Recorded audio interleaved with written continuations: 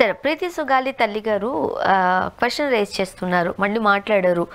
ఆ రోజు ప్రతిపక్షంలో ఉన్నప్పుడు ఖచ్చితంగా మేము అధికారంలోకి వచ్చాక మాకు న్యాయం చేస్తామంటూ పవన్ కళ్యాణ్ గారు చాలా గట్టిగా మాట్లాడారు. ఒక రకంగా చెప్పాలంటే వైసీపీ ఉన్నప్పుడే ఎంతో కొంత ఆ కేసుకి సంబంధించి మూమెంట్ నడిచింది. ఇప్పుడు అధికారంలో ఉన్న తర్వాత ఎవరూ స్పందించట్లేదు, మాట్లాడట్లేదు. ఎన్నికలకు మా ఇష్యూను మీరు యూజ్ చేసుకున్నారా?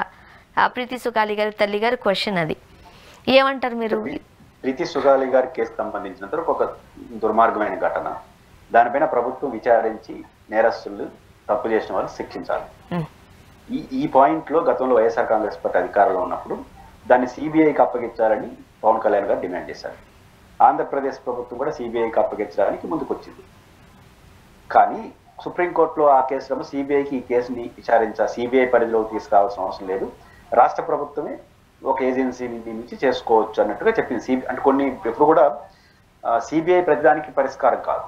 జస్టిస్ ఎన్వి రమణ గారు ఉన్న బెంచే ఒక సందర్భంలో చెప్పింది, పంజాబ్ స్టేట్ ఆఫ్ ఏదో ఇష్యూ వచ్చినప్పుడు ప్రతిదానికి సిబిఐకి అప్పగించడం అనేది సిబిఐ దేవుడేం కాదు, అన్ని విచారణ సంస్థలు, కానీ అన్నింటినీ సిబిఐకి అప్పగించేస్తే సిబిఐ యొక్క పని కూడా నా మసకబారుతుంది. ఎందుకంటే దానికి ఒక లిమిటేషన్ ఉంటుంది. అంటే దానికి ఒక మ్యాన్ పవర్ సిబ్బంది ఉంటారు కదా, వాళ్ళందరికీ 10 కేసులు చేసిన 50 కేసులు దాన్ని ఎత్తినేసి ఏది జరగదు.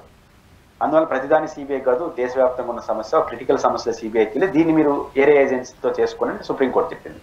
ఆ సందర్భంగా రచ్చ చేసి మీరు సరిగ్గా వాదనలు చేయలేదు, సిబిఐకి ఇవ్వాల్సినంత అవసరం ఉందని సరిగ్గా వాదన చేయకపోవడం వల్ల సిబిఐకి లేదు, మీకు ఈ సుగాలి ప్రీతి విషయంలో మీకు నిజాయితీ లేదు, అది ఆ రోజు పవన్ కళ్యాణ్ గారు స్టాండ్ తీసుకున్నారు. జగన్మోహన్ రెడ్డి గారి మీద చేసిన ఆయన నమ్మారు జనం. ఇప్పుడు మీరు అధికారంకి వచ్చి 14 నెలలైంది. ఇప్పుడు పవన్ కళ్యాణ్ గారు బాధ్యత తీసుకొని మీరు సిబిఐకి ఇచ్చే విధంగా సుప్రీంకోర్టును ఒప్పించి సిబిఐకి మూవ్ చేయొచ్చు కదా. పైపించి కేంద్ర ప్రభుత్వం మీదే, రాష్ట్ర ప్రభుత్వం మీదే ఒక క్యాబినెట్ లో తీర్మానం చేసి సిబిఐకి అప్పగించి ఎందుకు అవసరం ఆ రోజు చెప్పారు కదా. సరైన వాదన చేయలేదు కాబట్టి ఆ రోజు సుప్రీంకోర్టు కోర్టులో ఒప్పుకోలేదన్నారు కదా. ఇప్పుడు మీరు సరైన వాదన చేసి సిబిఐకి అప్పగించి దాన్ని తేల్చండి, లేదా కనీసం ఇండిపెండెంట్ ఏజెన్సీ అన్న సీరియస్గా వేసి తేల్చండి. ఏది చేసుకోకుండా ఆ రోజు గట్టిగా మాట్లాడి ఈ రోజు అధికారం చేతులకు వచ్చిన ఆ సమస్య మాకు సంబంధం లేనట్టుగా వ్యవహరిస్తే ఖచ్చితంగా అనైతిక అవుతుంది.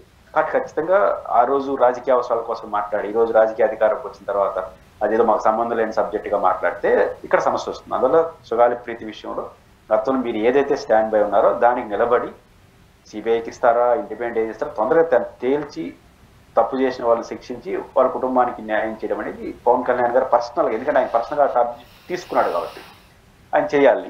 మరి ఆయన చేస్తాడా చేయడం అనేది ఇప్పటివరకు ఆయన వ్యవహార శైలి చూస్తుంటే పవర్లోకి వచ్చిన తర్వాత గతానికి పూర్తి ఉల్టాగా వ్యవహరించడం వల్ల వాళ్ళ తల్లి ఈ రోజు బయటకు రావాల్సిన పరిస్థితి వచ్చింది.